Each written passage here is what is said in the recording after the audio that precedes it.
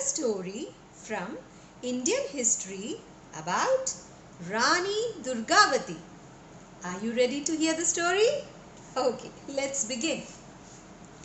Durgavati was born as a pretty little princess in the family of Rajput Chandel king Kirat Rai on 5th October 1524 in the fort of Kalinja in Uttar Pradesh. As she grew, she learnt how to ride a horse, how to fight with a sword, how to shoot arrows, along with her academic studies, of course. And soon she became a young, beautiful, intelligent lady skilled in warfare. One day, the king of Gaara, Sangram Shah, sent a proposal to King Kirat Rai seeking the hand of Princess Durgavati for his son Dalpat Shah. King Kirat Rai was very proud of his ancestry and thought that it would be a disgrace if he said yes to this proposal, and so he said no. Now, Princess Durgavati had heard a lot about the heroic prince Dalpat Shah, and she was quite impressed with his bravery. Now she realized that her father was making a mistake by saying no to the marriage proposal, and she thought, what shall I do now? She wrote a private letter to Prince Dalpat Shah and sent it through her friend. When Prince Dalpat Shah received a letter from Princess Durgavati, he was so excited and he was so happy to know that the most beautiful Princess Durgavati was actually interested in marrying him. So he said to himself, come what may, I am going to marry the Princess Durgavati. So he took an army and went to the fort of Kalinja. When King Kirat Rai saw that Dalpat Shah had come with an army, he was worried.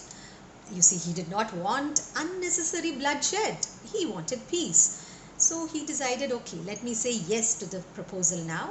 And he conducted a grand wedding of his daughter Princess Durgavati with Prince Dalpat Shah. This was in the year 1542.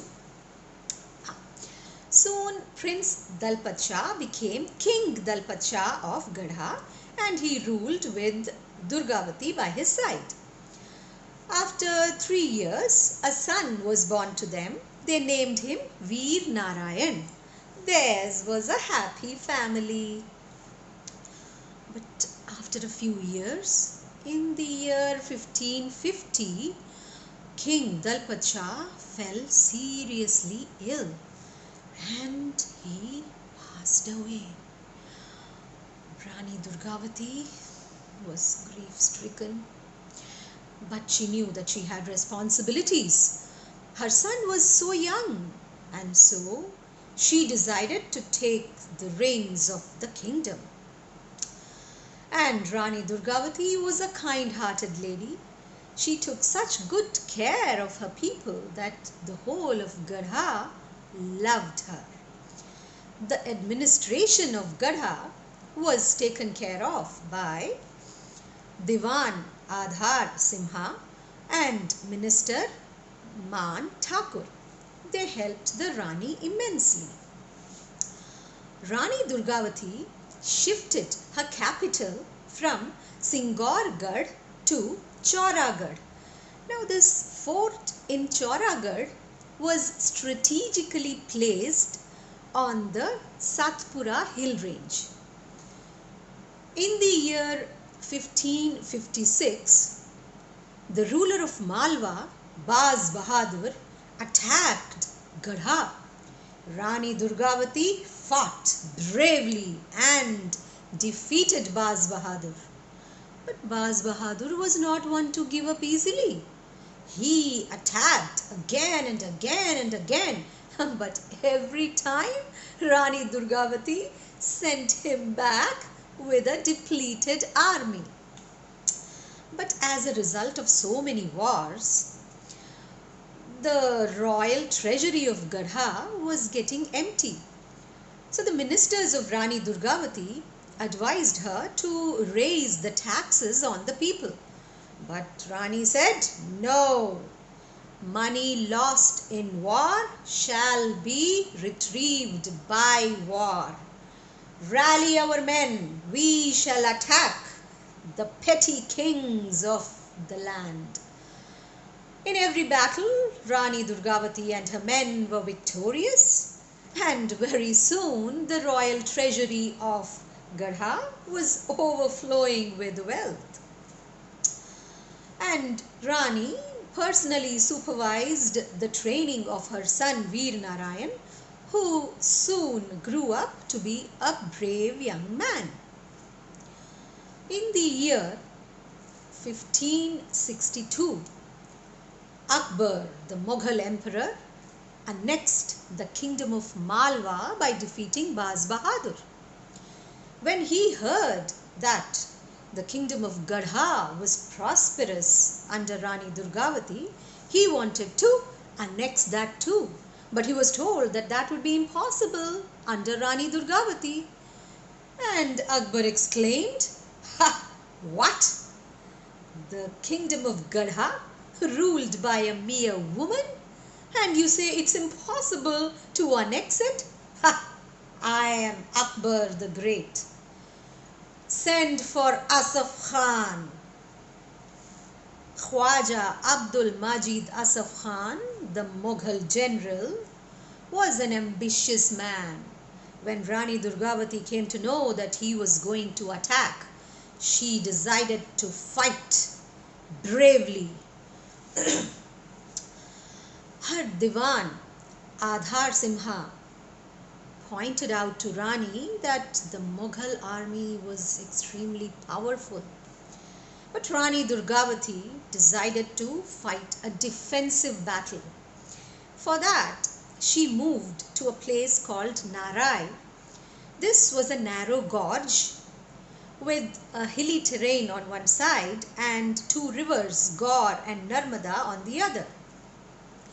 See, this battle was unequal because on one side, the Mughal army had trained soldiers with modern equipments, and there were so many of them. And on the other side, Rani Durgavati's men were not so trained because for some years they had not fought any wars. Theirs was a peaceful kingdom for some time. And their weapons were old. But all Rani's men loved the queen, and they were all brave soldiers. So when the enemy attacked, Rani Durgavati and her soldiers fought with such fury that the Mughal army, with Asaf Khan as their leader, just could not match.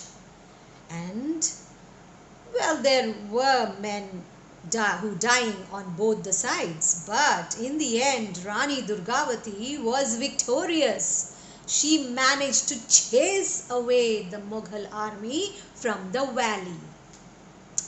Then Rani sat down with her counselors to discuss the strategy. Rani Durgavati wanted to attack the enemy in the night to enfeeble them. But unfortunately, her lieutenants did not accept this suggestion. And what happened? The next morning, Asaf Khan had summoned big guns. Rani went to fight, seated on her elephant Sarman. It was a fierce battle. Her son Veer Narayan also took part in this battle, and he fought bravely. He managed to push the Mughal army 3 times, but in the end he was wounded seriously and had to retire to a safe place. It was raining heavily. Rani Durgavati fought bravely, but she was seriously wounded by an arrow near her ear, and another arrow pierced through her neck. the Rani fell unconscious. When she regained consciousness, she realized that whatever courage her men have will vanish when they see her in this injured state. So she thought it would be wiser to fight from her fortress. But how to go there? The rain was so heavy that the river was overflowing. It was impossible to cross the river sitting on the elephant. The Rani now realized that defeat was imminent. She thought, what shall I do now? Her Mahout, who had trained the elephant, requested, he said, "Oh Rani, please let me take you to a safe place." But Rani refused. Rani Durgavati said, "I shall not be defeated by the enemy, and I shall not fall into the arms of the enemy. I will die with honor than live with disgrace." And she took out her dagger and killed herself on June 24th, 1564. Thus, Rani Durgavati's achievements and bravery enhanced the glory of her ancestral tradition of courage and patronage. The end. Okay, my dear children, what have we learnt from the story? That we should be courageous and brave and also kind-hearted. When we love everyone, people will love us too. And in life, always honor and self-respect are very important. Alright, let me now update you on what honor was bestowed upon Rani Durgavati. The day she died, that is 24th June 1564, is commemorated to this day as Balidan Divas. The university in Jabalpur has been named as Rani Durgavati Vishwavidyalaya.